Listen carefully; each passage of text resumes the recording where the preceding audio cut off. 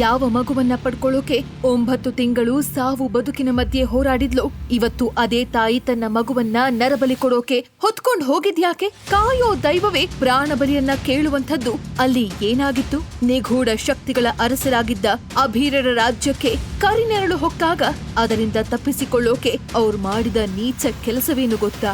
ಛೀ, ಎಂತ ತಾಯಿ ಇವಳು! ತಾನೇ ಹೆತ್ ಮಗುನ ಸಾಯಿಸೋದಕ್ ಹೊರಟಿದಳೆ ನೋಡಿದ್ಯಾ? ಹಡೆದ ಕರುಳನ್ನೇ ಕತ್ತರಿಸೋಗ್ ನಿಂತವಳಲ್ಲ ಇವಳು. ಎಂತ ಪಾಪಿ ಜನ್ಮ ಅಲ್ವಾ ಇವಳ್ದು ಅಂತ ಆ ಮುದಿಯಜ್ಜಿ ಅಸಹ್ಯದಿಂದ ಮುಖ ಕಿವುಚ್ಕೊಂಡ್ ಹೇಳ್ತಿದ್ರೆ ಎದುರಿಗೆ ಕೂತಿದ್ದ ಆಕೆಗೆ ಎದೆ ಜಲ್ಲಂದಾಗಾಯ್ತು. ಆಕೆ ಗಾಬರಿಯಿಂದ ಅಜ್ಜಿ ಮುಖ ನೋಡ್ತಾ, ಏನಜ್ಜಿ ಹೇಳ್ತಿದ್ಯಾ? ಮಹಾರಾಣಿಯವರು ಹಂಗ್ಯಾಕ್ ಮಾಡ್ತಾರೆ? ಯಾವ ತಾಯಿ ಆದ್ರೂ ತನ್ ಮಗುನ್ ಸಾಯಿಸೋಕೆ ಮನ್ಸ್ ಮಾಡ್ತಾಳ? ಅಷ್ಟಕ್ಕೂ ಆ ಮಗು ಮಾಡಿ ತಪ್ಪಾದ್ರೂ ಏನು? ಮಹಾರಾಣಿ ಅಂದ್ರೆ ದೇವತೆ ಅಂತಾರಲ್ಲ, ಅವ್ರ ಇಂದ ಕೆಲ್ಸ ಕೈ ಹಾಕ್ತಾರ ಅಂತ ಪ್ರಶ್ನೆಗಳ ಸುರಿಮಳೆಗೈದ್ಲು. ಆಗ ಆ ಅಜ್ಜಿ ದೀರ್ಘವಾಗಿ ನಿಟ್ಟುಸಿರು ಬಿಟ್ಟು, ಹೂ ಕಣ್ಮಗ್ಲೆ, ವಿಧಿಯಾಟ ಬಲ್ಲವ್ರು ಯಾರು? ನಮಗ್ ಕಾಣೋದು ಬರೀ ಮೇಲ್ನೋಟದ ಸತ್ಯ ಮಾತ್ರ. ಆದ್ರೆ ಅರಮನೆ ಗೋಡೆಗಳ ಒಳಗೆ ಅದೆಂತ ರಹಸ್ಯಗಳು ಉದ್ಗೋಗಿವೆ ಗೊತ್ತಾ? 5,000 ವರ್ಷಗಳ ಹಿಂದಿನಿಂದ ನಡ್ಕೊಂಡ್ ಬಂದ ಪದ್ಧತಿ ಪ್ರಕಾರ ಅವತ್ತೊಂದಿನ ಏನಾಯ್ತು ಅಂದ್ರೆ, ಹಾಗಾದ್ರೆ ಅಜ್ಜಿ ಹೇಳಿದ ಆ ನೀಚ ವಿಷಯವಾದ್ರೂ ಏನು? ಹೆತ್ತ ಮಗುವನ್ನೇ ತಾಯಿ ಸಾಯಿಸೋಕ್ ಹೊರಟಿದ್ದು ಯಾಕೆ? ಅಷ್ಟಕ್ಕೂ ಅವಳ ಕಥೆಯಲ್ಲಿ ನಿಜವಾಗ್ಲೂ ನಡ್ದದ್ದೇನು? ಈ ಎಲ್ಲಾ ಪ್ರಶ್ನೆಗಳಿಗೂ ಉತ್ತರ ತಿಳ್ಕೊಳ್ಬೇಕಾ? ಹಾಗಾದ್ರೆ ಇನ್ಯಾಕ್ ತಡ? ಇಡೀ ಕರ್ನಾಟಕದ ಮಂದಿ ಫುಲ್ ಜೋಶ್ನಲ್ಲಿ ಕೇಳ್ತಾರೋ ಈ ಕಥೆಯನ್ನ ಸಂಪೂರ್ಣವಾಗಿ ಕೇಳೋಣ ಬನ್ನಿ. ತ್ರಿಗರ್ತ ಸಾಮ್ರಾಜ್ಯದ ಅಡಿಯಲ್ಲಿ ಬರೋ ಈ ಗಾಂಧಾರ ದೇಶದಲ್ಲಿ ಚಿನ್ನದ ಗೋಪುರಗಳು, ವಜ್ರ ವೈಢೂರ್ಯಗಳನ್ನ ಸಂತೆಯಲ್ಲಿ ತರಕಾರಿ ಮಾಡಿದ ಹಾಗೆ ಮಾರುವಷ್ಟು ಶ್ರೀಮಂತಿಕೆ ಇತ್ತು. ಅಂತಹ ದೊಡ್ಡ ಸಾಮ್ರಾಜ್ಯವನ್ನ ಆಳ್ತಾ ಇದ್ದಿದ್ದು ಬೇರಾರೂ ಅಲ್ಲ, ಸಾಕ್ಷಾತ್ ಪರಾಕ್ರಮದ ಸ್ವರೂಪವಾಗಿದ್ದ ಮಹಾರಾಜ ಅರುಣೇಂದ್ರ ಮತ್ತು ಆತನ ಧರ್ಮಪತ್ನಿ ಸೌಂದರ್ಯದ ಖನಿ ಮಹಾರಾಣಿ ಅವಂತಿಕಾ. ಅರುಣೇಂದ್ರ ಅಂದ್ರೇನ್ ಸುಮ್ನೆ ಅಲ್ಲ, ಅಭೀರ ಕುಲದ ಸಿಂಹ ಅವನು. ಅವನ ಭುಜಬಲಕ್ಕೆ ಎದುರಾಗಿ ನಿಲ್ಲೋ ಗಂಡಸೆ ಇಡೀ ಬ್ರಹ್ಮಾಂಡದಲ್ಲಿ ಇರ್ಲಿಲ್ಲ. ಅವನ ಕತ್ತಿಯ ಒಂದೇ ಒಂದು ಏಟಿಗೆ ಬಂಡೆಗಳೇ ಪುಡಿ ಪುಡಿಯಾಗ್ತಿದ್ವು. ಯುದ್ಧ ಭೂಮಿಯಲ್ಲಿ ಅರುಣೇಂದ್ರ ನಿಂತ್ರೆ ಎದುರಾಳಿ ಸೈನ್ಯ ಅರ್ಧ ಪ್ರಾಣ ಬಿಟ್ಟ ಹಾಗೆ. ಇನ್ನು ರಾಣಿ ಅವಂತಿಕಾ, ಆಕೆ ಬರೀ ಬೇರೆ ಹೆಂಗಸ್ರ ಹಾಗಿರ್ಲಿಲ್ಲ. ಅವಳು ಅರುಣೇಂದ್ರನಿಗೆ ತಕ್ಕ ಸಾಥಿಯಾಗಿದ್ದವಳು. ಬುದ್ಧಿವಂತಿಕೆಯಲ್ಲಿ, ಧೈರ್ಯದಲ್ಲಿ ಗಂಡನನ್ನೇ ಮೀರಿಸುವಂತವಳು. ಇವರಿಬ್ಬರ ಜೋಡಿ ನೋಡಿದ್ರೆ ಸ್ವತಃ ಆಕಾಶದಲ್ಲಿರೋ ನಕ್ಷತ್ರಗಳೇ ಅಸೂಯೆ ಪಡ್ತಿದ್ವು. ಇಂಥ ರಾಜರಾಣಿ ಇದ್ರೆ ಪ್ರಜೆಗಳಿಗೆ ಇನ್ನೇನ್ ಬೇಕು ಅಂತ ಜನ ಜೈಕಾರ ಹಾಕ್ತಿದ್ರು. ಆದ್ರೆ ವಿಧಿ ಅನ್ನೋದು ಎಷ್ಟು ವಿಚಿತ್ರ ಅಲ್ವಾ? ಇಡೀ ಜಗತ್ತನ್ನೇ ಆಳುವಷ್ಟು ಶಕ್ತಿ ಇರೋ ಲಕ್ಷಾಂತರ ಸೈನ್ಯವನ್ನ ಕಣ್ಸನ್ನೆಯಲ್ಲೇ ನಿಯಂತ್ರಿಸೋ ಈ ದಂಪತಿಗಳ ಮಡಿಲಲ್ಲಿ ಅವತ್ತು ಸಂಕಟದ ಬೆಂಕಿ ಹೊತ್ಕೊಂಡು ಉರಿತಾಯ್ತು. ಹೊರಗಿನ ಶತ್ರುಗಳನ್ನ ಗೆದ್ದಿದ್ದ ಅರುಣೇಂದ್ರ ಒಳಗಿನ ವಿಧಿಯಾಟದ ಮುಂದೆ ಸೋತು ತಲೆ ಬಗ್ಗಿಸಿ ನಿಂತಿದ್ದ. ಅರಮನೆಯ ಬೃಹತ್ ಯಜ್ಞಶಾಲೆ, ಅಲ್ಲಿ ಸಾವಿರಾರು ಜನ ಸೇರಿದ್ದಾರೆ. ಮಂತ್ರಿಗಳು, ಸಾಮಂತರು, ಋಷಿಮುನಿಗಳು ಎಲ್ಲರೂ ಇದ್ದಾರೆ. ಆದ್ರೆ ಯಾರ ಬಾಯಲ್ಲೂ ಮಾತಿಲ್ಲ. ಸ್ಮಶಾನ ಮೌನ ಆವರಿಸಿದೆ. ಯಜ್ಞ ಕುಂಡದಲ್ಲಿ ಬೆಂಕಿ ದಗದಗ ಅಂತ ಉರಿತಾ ಇದೆ. ಆ ಬೆಂಕಿಯ ಜ್ವಾಲೆ ಅರಮನೆಯ ಚಾವಣಿಯನ್ನೇ ಮುಟ್ಟುವಷ್ಟು ಎತ್ತರಕ್ಕೆ ಹಾರಾಡ್ತಿದೆ. ಆ ಯಜ್ಞ ಕುಂಡದ ಮುಂದೆ ತ್ರಿಲೋಕವನ್ನೇ ಗೆಲ್ಲಬಲ್ಲ ಮಹಾರಾಜ ಅರುಣೇಂದ್ರ ಮತ್ತು ರಾಣಿ ಅವಂತಿಕಾ ಸತ್ತವರ ಹಾಗೆ ನಿಂತಿದ್ದಾರೆ. ಆದ್ರೆ ಅವತ್ತಿನ ದಿನ ಅವ್ರ ಕೈಯಲ್ಲಿ ವಿಜಯದ ಕತ್ತೆ ಇರ್ಲಿಲ್ಲ, ಸಾಮ್ರಾಜ್ಯದ ಲಾಂಛನ ಇರ್ಲಿಲ್ಲ. ಬದಲಾಗಿ ಕೇವಲ 3 ವರ್ಷದ ಹಸುಗೂಸಿತ್ತು. ಆ ಮಗು ಬೇರಾರೂ ಅಲ್ಲ, ಗಾಂಧಾರದ ಮುಂದಿನ ಭವಿಷ್ಯ ಯುವರಾಜ ಧ್ರುವ. ಅರುಣೇಂದ್ರನ ಕಣ್ಣಲ್ಲಿ ನೀರು ಧಾರೆ ಧಾರಿಯಾಗಿ ಹರಿತಾಯ್ತು. ಜಗತ್ತನ್ನೇ ಗೆಲ್ಲೋ ತಾಕತ್ತಿರೋ ರಾಜ ಅವತ್ತು ಅಸಹಾಯಕನಾಗಿ ಮಗುವಿನ ಹಾಗೆ ಅಳ್ತಿದ್ದ. ಇನ್ನು ರಾಣಿ ಅವಂತಿಕಾಳ ಸ್ಥಿತಿ ಅದಕ್ಕಿಂತ ಭಿನ್ನವಾಗಿರ್ಲಿಲ್ಲ. ಅವಳ ಹೃದಯ ಒಡೆದು ಚೂರ್ ಚೂರಾದ ಹಾಗಿತ್ತು. ಮಗುವನ್ನ ಎದೆಯೊಳಗೆ ತನ್ನ ಉಸಿರಾಟದ ಜೊತೆಗೆ ಬೆರೆತು ಹೋಗುವಂತೆ ಹುದುಗಿಸ್ಕೊಂಡು ಆಕೆ ಬಿಕ್ಕಿ ಬಿಕ್ಕಿ ಅಳ್ತಿದ್ಲು. ಆ ದೃಶ್ಯ ನೋಡಿದ್ರೆ ಎಂಥ ಕಲ್ಲೆದೆಯವರಿಗೂ ಕರಳು ಕರಗ್ತಾಯ್ತು. ಅರುಣೇಂದ್ರ ಅಲ್ಲಿ ಪಕ್ಕದಲ್ಲಿ ನಿಂತಿದ್ದ ತನ್ನ ಆಪ್ತ ಕುಲಗುರು ರಮಣ ಮಹರ್ಷಿಗಳನ್ನ ನೋಡಿ ಕೈ ಮುಗಿದ. ಗುರುಗಳೇ, ಇದು ಬೇರೆ ದಾರಿನೇ ಇಲ್ವಾ? ನನ್ ಮಗನನ್ನ, ನನ್ ವಂಶದ ಕುಡಿನ ನಾನೇ ಸ್ವತಃ ಬಲಿ ಕೊಡ್ಬೇಕಾ? ಇದ್ಯಾವ ನ್ಯಾಯ ಗುರುಗಳೇ? ದಯವಿಟ್ಟು ಏನಾದ್ರೂ ಮಾಡಿ ನನ್ ಮಗನ್ನ ಉಳಿಸ್ಕೊಡಿ ಅಂತ ಗೋಗರೆದ. ಆಗ ಅಲ್ಲಿಗೆ ಬಂದವನೇ ಕಾಲಕೇಯ. ಇವನು ಅಂಬರ ಕುಲದ ರಾಜ. ನೋಡೋಕೆ ಮನುಷ್ಯಂತರ ಇದ್ರು ಅವನ್ ಸಾಧನೆ ಏನು ಕಮ್ಮಿ ಇರ್ಲಿಲ್ಲ. ಅವನು ಮುಂದೆ ಬಂದು ಆ ಯಜ್ಞ ಶಾಲೆಯಲ್ಲಿದ್ದ ಎಲ್ಲರಿಗೂ ಕೇಳಿಸೋ ಹಾಗೆ, ಅರುಣೇಂದ್ರ, ಭಾವೋದ್ವೇಗಕ್ಕೆ ಒಳಗಾಗ್ಬೇಡ. ಇದು ವಿಧಿಲಿಖಿತ. ಆಕಾಶದಲ್ಲಿ ತ್ರಿಕೂಟ ಗ್ರಹಗಳ ರಚನೆಯಾಗಿದೆ. 5,000 ವರ್ಷಗಳ ಹಿಂದಿನಿಂದ ನಡ್ಕೊಂಡು ಬಂದಿರೋ ಪದ್ಧತಿ ಇದು. ನಮ್ಮ ಈ ನೆಲದ ದೇವತೆ ತೃಪ್ತಿಯಾಗಬೇಕು ಅಂದ್ರೆ ಇದು ನಡಿಲೇಬೇಕು. ಹಾಗೆ ಅದು ಸಾಮಾನ್ಯ ಪೂಜೆ ಅಲ್ಲ, ರಾಜವಂಶದ ಚೊಚ್ಚಲ ಕುಡಿಯಿಂದಾನೇ ಆಗ್ಬೇಕಾಗಿರೋ ಮಹತ್ ಕಾರ್ಯ. ಆಗ ಮಾತ್ರ ಈ ಸಾಮ್ರಾಜ್ಯಕ್ಕೆ ಹಿಡಿದಿರೋ ಗ್ರಹಣ ಬಿಡುತ್ತೆ. ಇಲ್ಲ ಅಂದ್ರೆ ಇಡೀ ಗಾಂಧಾರ ಸಾಮ್ರಾಜ್ಯ ಸರ್ವನಾಶ ಆಗೋಗುತ್ತೆ ಅಂತ ಅರುಣೇಂದ್ರನಿಗೆ ಅರ್ಥವಾಗೋ ಹಾಗೆ ಬೇಸರದಲ್ಲೇ ಹೇಳ್ದ. ಕಾಲಕೇಯ ಹೇಳಿದ ವಿಷಯ ಎಂಥವರ ಎದೆಯಲ್ಲೂ ನಡುಕ ಹುಟ್ಟಿಸೋ ಹಾಗಿತ್ತು. ಆ ಪ್ರಕಾರ ಆ ಸಾಮ್ರಾಜ್ಯದಲ್ಲಿ ನೆಲೆ ನಿಂತಿರೋ ದೇವರನ್ನ ತೃಪ್ತಗೊಳಿಸ್ಬೇಕು ಅಂದ್ರೆ ರಾಜನ ಮಗ ಅದೊಂದು ಭಯಾನಕವಾದ ಯಜ್ಞಕ್ಕೆ ಪ್ರಸಾದವಾಗ್ಬೇಕು. ಇದನ್ನ ಕೇಳಿದ ಜನರೆಲ್ಲ ನಡುಗ್ ಹೋದ್ರು. ಅಯ್ಯೋ ಪಾಪ ಅಂತ ಉದ್ಗರಿಸಿದ್ರು. ಆದ್ರೆ ಯಾರು ಕೂಡ ಅದನ್ನ ಪ್ರಶ್ನೆ ಮಾಡೋ ಧೈರ್ಯ ಮಾಡ್ಲಿಲ್ಲ. ಧ್ರುವನನ್ನ ಯಜ್ಞಪೀಠದ ಕಡೆಗೆ ತಗೊಂಡು ಹೋಗೋಕೆ ಸೈನಿಕರು ಬಂದ್ರು. ರಾಣಿ ಅವಂತಿಕಾ ಮಗುವನ್ನ ಬಿಡಲೇ ಇಲ್ಲ. ಮುಟ್ಬೇಡ ನನ್ ಮಗನನ್ನ, ಯಾರಾದ್ರೂ ಹತ್ರ ಬಂದ್ರೆ ಸುಟ್ಟು ಬೂದಿ ಮಾಡಿಬಿಡ್ತೀನಿ ಅಂತ ಹೆಣ್ಣು ಹುಲಿಯ ತರ ಗರ್ಜಿಸಿದ್ಲು. ಆದ್ರೆ ಏನ್ ಪ್ರಯೋಜನ? ವಿಧಿ ಅಟ್ಟಹಾಸದ ಮುಂದೆ ತಾಯಿಯ ಪ್ರೀತಿ ಸೋಲು ಹಾಗೆ ಕಾಣಿಸ್ತಾ ಇತ್ತು. ಆಗ ಅವಂತಿಕ ಒಂದು ನಿರ್ಧಾರಕ್ಕೆ ಬಂದ್ಲು. ಆ ನಿರ್ಧಾರ ಅಲ್ಲಿರೋ ಯಾರು ಊಹಿಸದಂತ ನಿರ್ಧಾರ ಆಗಿತ್ತು. ಅವಳು ಕಣ್ಣೀರು ಒರೆಸ್ಕೊಂಡು ಗಟ್ಟಿಯಾಗಿ ನಿಂತ್ಲು. ನನ್ ಮಗನಿಗೆ ಈ ಸ್ಥಿತಿ ಬರೋದನ್ನ ನೋಡಕ್ಕೆ ನನ್ ಕೈಲಾಗಲ್ಲ. ಈ ಯಜ್ಞಕ್ಕೆ ಆ ನೀಚ ಕೆಲ್ಸ ಮಾಡ್ಬೇಕು ತಾನೆ, ಅದು ರಾಜವಂಶದಿಂದನೇ ಆಗ್ಬೇಕು ತಾನೆ. ಹಾಗಾದ್ರೆ ಈ ಕೆಲ್ಸವನ್ನ ನಾನೇ ಮಾಡ್ತೀನಿ ಅಂತ ಘೋಷಿಸಿದ್ಲು. ಅವಂತಿಕಾಳ ಈ ಮಾತು ಕೇಳಿ ಇಡೀ ಸಭೆ ಸ್ತಬ್ಧವಾಯ್ತು. ಏನ್ ಹೇಳ್ತಿದ್ಯಾ ಅವಂತಿಕಾ, ಹುಚ್ಚ ಹಿಡಿತಾ ನಿನಗೆ ಅಂತ ಅರುಣೇಂದ್ರ ಕಿರ್ಚಿದ. ರಮಣ ಮಹರ್ಷಿಗಳು ಕೂಡ ಬೇಡ ಮಗಳೇ, ಇದು ಧರ್ಮ ಅಲ್ಲ ಅಂತ ತಡೆಯೋಕ್ ಹೋದ್ರು. ಆದ್ರೆ ಈ ಮಾತನ್ನೆಲ್ಲ ಕೇಳಿಸ್ಕೊಂಡ ಕಾಲಕೇಯ ಗಂಭೀರವಾಗಿ ಯೋಚಿಸ್ತಾ ಕಣ್ಮುಚ್ಚಿದ. ಸ್ವಲ್ಪ ಸಮಯದ ನಂತರ ಅಗ್ನಿಯನ್ನ ದಿಟ್ಟಿಸಿ ನೋಡ್ತಾ, ಆಹಾ, ಎಂತಹ ಅದ್ಭುತ! ಧ್ರುವನಂತ ಮಹಾನ್ ಪುರುಷನನ್ನ ಹಡೆದ ತಾಯಿ ಅವಂತಿಕಾ ಈ ಕೆಲಸವನ್ನ ಮಾಡಿಬಿಟ್ಟರೆ ಮಗನ ಆಯಸ್ಸು 100 ಕಾಲ ಆಗುತ್ತೆ. ಅವನು ಇಡೀ ಜಗತ್ತನ್ನೇ ಆಳೋ ಶಕ್ತಿಶಾಲಿ ಆಗ್ತಾನೆ. ಜೊತೆಗೆ ನಮ್ಮ ಗ್ರಹಕ್ಕೆ ಶ್ರೇಯಸ್ಸು ಅಂತ ಶಾಸ್ತ್ರ ಹೇಳುತ್ತೆ ಅಂತ ಹೇಳ್ದ. ಅವನ ಮಾತುಗಳನ್ನ ಕೇಳಿ ಅರುಣೇಂದ್ರ ಮತ್ತು ರಮಣರು ಸ್ತಬ್ಧರಾಗ್ಬಿಟ್ರು. ಆದ್ರೆ ಅವಂತಿಕಾ ಮಾತ್ರ ನಕ್ಕು ತನ್ನ ಮಗನ ಹಣೆಗೆ ಮುತ್ತಿಟ್ಲು.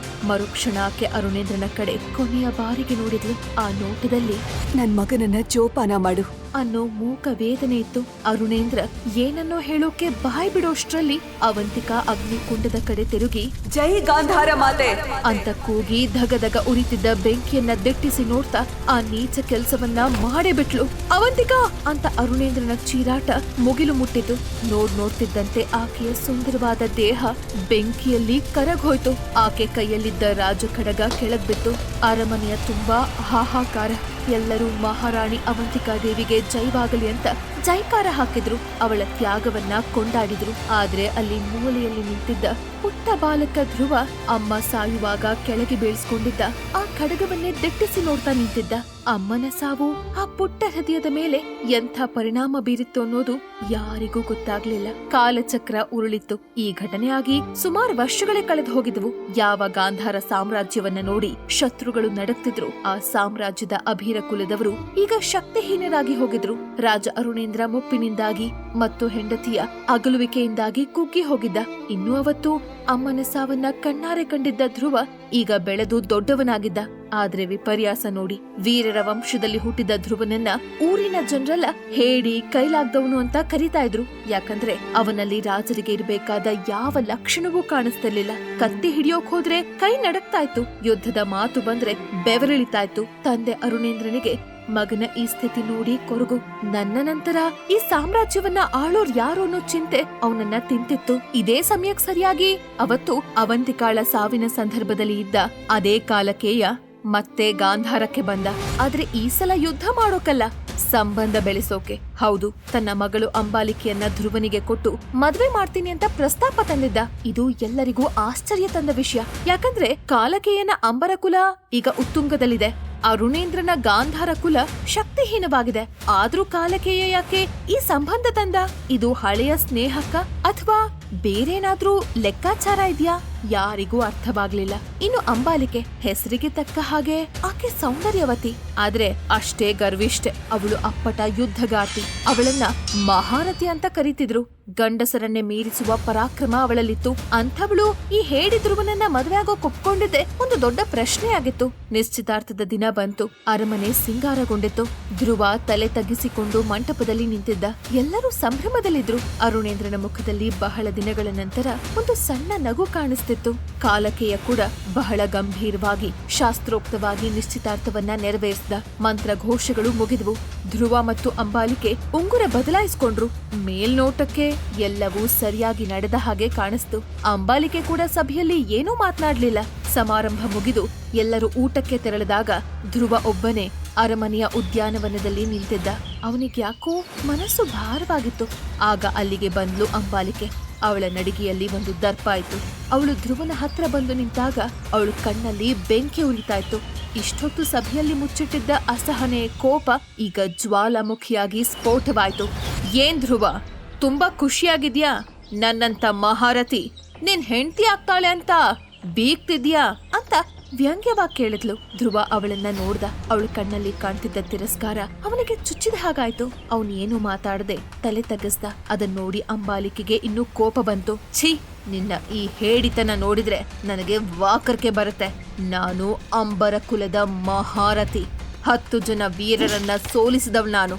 ಅಂಥದ್ರಲ್ಲಿ ಕತ್ತಿ ಹಿಡಿಯೋಕೆ ಬರದೇ ಇರೋ ನಿನ್ನನ್ನ ನಾನು ಮದ್ವೆ ಆಗ್ಬೇಕಾ? ನನ್ನಪ್ಪನ ಮಾತಿಗೆ ಬೆಲೆ ಕೊಟ್ಟು ಸಭೆಯಲ್ಲಿ ಸುಮ್ಮನಿದ್ದೆ.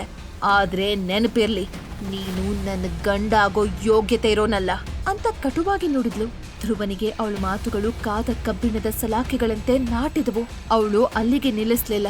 ಅವನ ಎದೆಗೆ ಕೈಯಿಟ್ಟು ಜೋರಾಗಿ ತಳ್ಳಿದ್ಲು. ನಿನಗೆ ತಾಕತ್ತಿದ್ರೆ, ಮೈಯಲ್ಲಿ ಪೌರುಷ ಇದ್ರೆ ನಾಳೆ ನಡೆಯೋ ಪಂದ್ಯದಲ್ಲಿ ನನ್ನ ಸೋಲ್ಸು. ಆಗ ನಾನು ನಿನ್ನ ಗಂಡ ಅಂತ ಒಪ್ಕೋತೀನಿ. ಇಲ್ಲ ಅಂದ್ರೆ ಈ ನಿಶ್ಚಿತಾರ್ಥ ಇಲ್ಲಿಗೆ ಮುಗೀತು. ನೀನ್ ಸಾಯೋವರೆಗೂ ಹೀಗೆ ಹೇಡಿತರಾನೇ ಬದುಕಿರ್ಬೇಕಾಗತ್ತೆ ಅಂತ ಸವಾಲ್ ಹಾಕಿ ಅವನನ್ನ ಅಲ್ಲೇ ಬಿಟ್ಟು ಹೊರಟೋದ್ಲು. ಧ್ರುವನಿಗೆ ಅವಮಾನದ ಭಾರ ತಡೆಯೋಕಾಗ್ಲಿಲ್ಲ. ತನ್ನ ಭಾವಿ ಪತ್ನಿಯೇ ತನ್ನನ್ನ ಈ ರೀತಿ ತಿರಸ್ಕರಿಸಿದ ಮೇಲೆ ಬದುಕಿದ್ ಏನ್ ಪ್ರಯೋಜನ? ಅವನಿಗೆ ಉಸಿರುಗಟ್ಟಿದ ಹಾಗಾಯ್ತು. ಅವನು ಅರಮನೆಯಿಂದ ಹೊರಗೆ ಓಡ್ ಹೋದ. ಅವನು ನೇರವಾಗಿ ಹೋಗಿದ್ದು ಊರ ಹೊರಗಿದ್ದ ಸ್ಮಶಾನಕ್ಕೆ. ಅಲ್ಲಿ ಅವನ ತಾಯಿ ಅವಂತಿಕಾಳ ಸಮಾಧಿ ಇತ್ತು. ಮಳೆ ಸುರಿಯೋಕೆ ಶುರುವಾಗಿತ್ತು. ಧ್ರುವ ಅಮ್ಮನ ಸಮಾಧಿಯ ಮೇಲೆ ಬಿದ್ದು ಅತ್ತ. ಅಮ್ಮ, ಯಾಕಮ್ಮ ನನ್ನನ್ನು ಬಿಟ್ಟು ಹೋದೆ? ನೀನಿದ್ದಿದ್ರೆ ನನಗೆ ಈ ಸ್ಥಿತಿ ಬರ್ತಿತ್ತ? ಎಲ್ಲರೂ ನನ್ನನ್ನು ಹೇಳಿ ಅಂತಾರೆ ಅಮ್ಮ. ನನಗೆ ಬದುಕೋಕೆ ಇಷ್ಟ ಇಲ್ಲ. ನಾನು ನಿನ್ನ ಹತ್ರನೇ ಬಂದ್ಬಿಡ್ತೀನಿ. ಹೀಗೆ ಅಳ್ತಾ ದುಃಖ ಮತ್ತು ಕೋಪದಲ್ಲಿ ಧ್ರುವ ತನ್ನ ತಲೆಯನ್ನ ಗೋರಿಯ ಕಲ್ಲಿಗೆ ಜೋರಾಗಿ ಚಚ್ಕೊಂಡ. ರಕ್ತ ಚಿಮ್ತು. ಆ ರಕ್ತದ ಹನಿಗಳು ಸಮಾಧಿಯ ಕಲ್ಲಿನ ಮೇಲೆ ಬಿದ್ದ ತಕ್ಷಣ ಭೂಮಿ ನಡುಗೋಕ್ ಶುರುವಾಯ್ತು. ಗಾಳಿ ಜೋರಾಗಿ ಬೀಸ್ತು. ಸಮಾಧಿಯ ಒಳಗಿನಿಂದ ಒಂದು ಗಂಭೀರವಾದ ಧ್ವನಿ ಕೇಳಿಸ್ತು. ಏನ್ ಧ್ರುವ? ಧ್ರುವ ಬೆಚ್ಚಿ ಬಿದ್ದ. ಸುತ್ತಲೂ ನೋಡ್ದ. ಯಾರು ಇಲ್ಲ. ಯಾರು ಅಂತ ಕೇಳ್ದ. ಮತ್ತೆ ಅದೇ ಧ್ವನಿ. ನೀನ್ ಸಾಯೋ ಹುಟ್ಟಿರೋನಲ್ಲ ಕಂದ. ನನ್ ಸಾವಿರ ಪ್ರತಿಕಾರ ನೀನೆ ತಗೋಬೇಕು. ಹೇಳು ಧ್ರುವ, ಹೇಳು ಅಂತ ಕೇಳಿಸ್ತು. ಅದು ಅಮ್ಮನ ಧ್ವನಿ. ಧ್ರುವನಿಗೆ ನಂಬೋಕೆ ಆಗ್ಲಿಲ್ಲ. ಅಮ್ಮ, ಅಮ್ಮ, ನೀನ ಎಲ್ಲಿದ್ಯಾ ಅಮ್ಮ? ಮಾತಾಡು ಅಂತ ಹುಚ್ಚನ ಹಾಗೆ ಕಿರ್ಚ್ದ. ಆದ್ರೆ ಆ ಧ್ವನಿ ಮತ್ತೆ ಬರ್ಲಿಲ್ಲ. ಕೇವಲ ಮೌನ. ಧ್ರುವನಿಗೆ ಹುಚ್ಚು ಹಿಡ್ದ ಹಾಗಾಯ್ತು. ಯಾಕಮ್ಮ ಸುಮ್ಮನಾದೆ? ಯಾಕೆ ನನ್ನ ಜೊತೆ ಮಾತಾಡ್ತಿಲ್ಲ? ನನ್ನ ನೋಡಮ್ಮ ಅಂತ ಗೋಳಾಡ್ದ. ಅವನ ಆಕ್ರಂದನ ಮುಗಿಲು ಮುಟ್ಟಿತು. ಕೋಪ ತಾರಕಕ್ಕೇರ್ತು. ಅಲ್ಲೇ ಬಿದ್ದಿದ್ದ ತನ್ನ ಹಳೆಯ ತುಕ್ಕು ಹಿಡಿದ ಕಡಗವನ್ನ ಕೈಗೆ ತಗೊಂಡ. ನೀನ್ ಮಾತಾಡಲ್ಲ ಅಲ್ವಾ? ಹಾಗಿದ್ರೆ ನಾನು ಬದುಕಿರಲ್ಲ ಅಂತ ಕಿರ್ಚ್ತಾ ಆ ಕಡಗವನ್ನ ಪಕ್ಕದಲ್ಲಿದ್ದ ಬಂಡೆಗೆ ಬಲವಾಗಿ ಹೊಡೆದ. ಡಮಾರನ್ನೋ ಶಬ್ದದೊಂದಿಗೆ ಆ ಕಡಗ ಚೂರ್ ಚೂರಾಗಿ ಹೊಡೆದೋಯ್ತು. ಆದ್ರೆ ಆ ಒಡೆದ ಕಡಗದ ಒಳಗಿನಿಂದ ಒಂದು ಪ್ರಕಾಶಮಾನವಾದ ಬೆಳಕು ಹೊರಗ್ ಬಂತು. ಆ ಬೆಳಕು ನಿಧಾನವಾಗಿ ಒಂದು ಆಕೃತಿಯನ್ನ ಪಡ್ಕೊಳ್ತು. ಅದು ಒಂದು ಆತ್ಮ. ಉರಿಯೋ ಬೆಂಕಿಯಂತೆ ಕೆಂಪಾಗಿರೋ ಕಣ್ಗಳು, ಗಾಳಿಯಲ್ಲಿ ತೇಲ್ತಿರೋ ಕೂದಲು. ಆ ಆತ್ಮ ನೋಡೋಕೆ ಭಯಂಕರವಾಗಿತ್ತು. ಧ್ರುವ ಭಯದಿಂದ ಹಿಂದೆ ಸರ್ದ. ಯಾರ್ ನೀನು ಅಂತ ನಡುಕ್ತಾ ಕೇಳ್ದ. ಆ ಆತ್ಮ ವಿಕಾರವಾಗಿ ನಕ್ತು.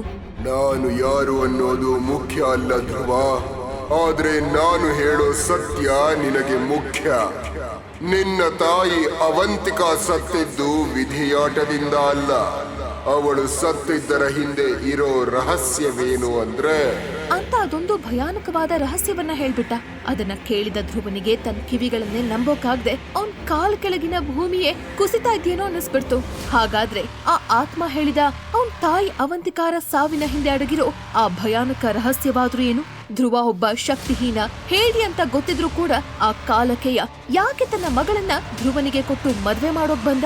ಅವತ್ತು ಯಜ್ಞದಲ್ಲಿ ಕಾಲಕೇಯ ಹೇಳಿದ ಆ ಪದ್ಧತಿಯ ಹಿಂದಿನ ಕಥೆ ನಿಜಾನ ಅಥವಾ ನಾಟಕನ?